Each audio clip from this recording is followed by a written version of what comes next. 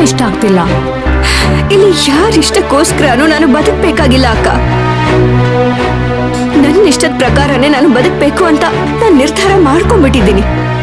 ನೋಡು, ಮದ್ವೆ ಆಗ್ಲಿಲ್ಲ ಅಂದಿದ್ರೆ ನೀನ್ ಹೇಳೋದನ್ನ ಒಪ್ತಿದ್ದೆ. ಆದ್ರೆ ಈಗ ನೀನ್ ತವರು ಮನೆಯಿಂದ ಗಂಡನ್ ಮನೆಗ್ ಬಂದಿದ್ಯಾ. ಈಗ ಗಂಡನ್ ಮನೆಯಿಂದ ತವರು ಮನೆಗೆ ಹೋಗ್ತೀನಿ ಅಂದ್ರೆ ಅದ್ ಹೇಗಾಗುತ್ತೆ ಹೇಳು? ಸರಿಯಾದ ರೀತಿನಲ್ಲಿ ಮದ್ವೆ ಆಗಿದ್ದಿದ್ರೆ ನೀವ್ ಹೇಳೋ ಹಾಗೆ ನಡ್ಕೋಬಹುದಾಗಿತ್ತು. ಆದ್ರೆ ಇದು ನನ್ನ ಇಷ್ಟದ ಮದ್ವೆ ಅಲ್ವಲ್ಲ ಅಕ್ಕ. ಪದೇ ಪದೇ ಇದನ್ನೇ ಹೇಳ್ಬೇಡ ಮಯೂರಿ. ನೋಡು, ಇಷ್ಟನೋ ಇಷ್ಟ ಇಲ್ದೇನೋ ಗೊತ್ತಿಲ್ಲ, ನಿನ್ ಕುತ್ತಿಗೆಗೆ ಮಾಂಗಲ್ಯ ಬಿದ್ದಿದೆ. ಆ ಮಾಂಗಲ್ಯಕ್ಕೆ ಬೆಲೆ ಕೊಟ್ಟು ಬಾಳ್ಬೇಕಾಗಿರೋದು ನಿನ್ ಕರ್ತವ್ಯ. ಈಗೇನಾದ್ರೂ ನೀನ್ ಇಲ್ಲಿಂದ ಹೋದ್ರೆ ಈಗ ಹೇಳಿರೋ ಆಪಾದನೆಗಳೆಲ್ಲ ನಿಜ ಆಗುತ್ತೆ ಅಲ್ವಾ? ಆಗ ಜೀವನ ಪೂರ್ತಿ ಆಪಾದನೆಗಳನ್ನೆಲ್ಲ ಹೊತ್ಕೊಂಡು ಜೀವನ ಮಾಡ್ತೀಯಾ?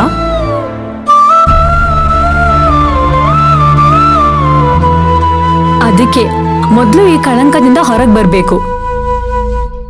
ನೀನ್ ತಪ್ಪು ಮಾಡ್ಲಿಲ್ಲ ಅಂತ ಸಾಬೀತ್ಪಡಿಸ್ಬೇಕು. ಆಗ ನಿನಗೇನ್ ಬೇಕಾದ್ರೂ ಮಾಡ್ಬೋದು.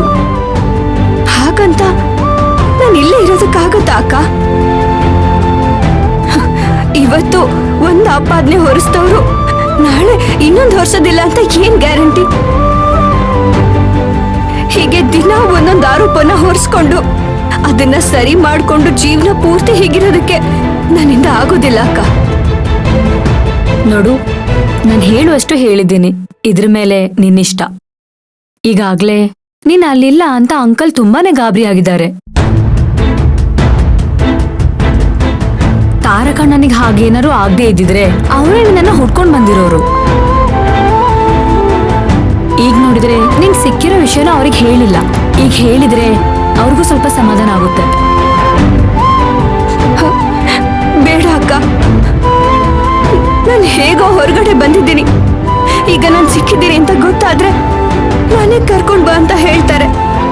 ಮತ್ತೆ ನನ್ಗ ನರ್ಕಕ್ಕೆ ಹೋಗೋದಕ್ಕೆ ಇಷ್ಟ ಇಲ್ಲ ಅಕ್ಕ. ಅವ್ರು ಫೋನ್ ಮಾಡಿದ್ರೆ ನನ್ ಸಿಕ್ಕಿಲ್ಲ ಅಂತಾನೆ ಹೇಳ್ಬಿಡಿ ಪ್ಲೀಸ್ ಅಕ್ಕ. ಇಲ್ಲ ಮಯೂರಿ, ಅಂಕಲ್ ಎಷ್ಟು ಒಳ್ಳೆಯವರು. ಅವ್ರಿಗೆ ಸುಳ್ಳು ಹೇಳಿ ನಾನು ಯಾವ ಪಾಪ ಕಟ್ಕೊಳ್ಳಿ? ಫೋನ್ ಮಾಡಿದ್ರೆ ನೀನ್ ಸಿಕ್ಕಿದ್ಯಾ ಅಂತ ಹೇಳ್ತೀನಿ. ಆಮೇಲೆ ನೀನುಂಟು ಅವರುಂಟು.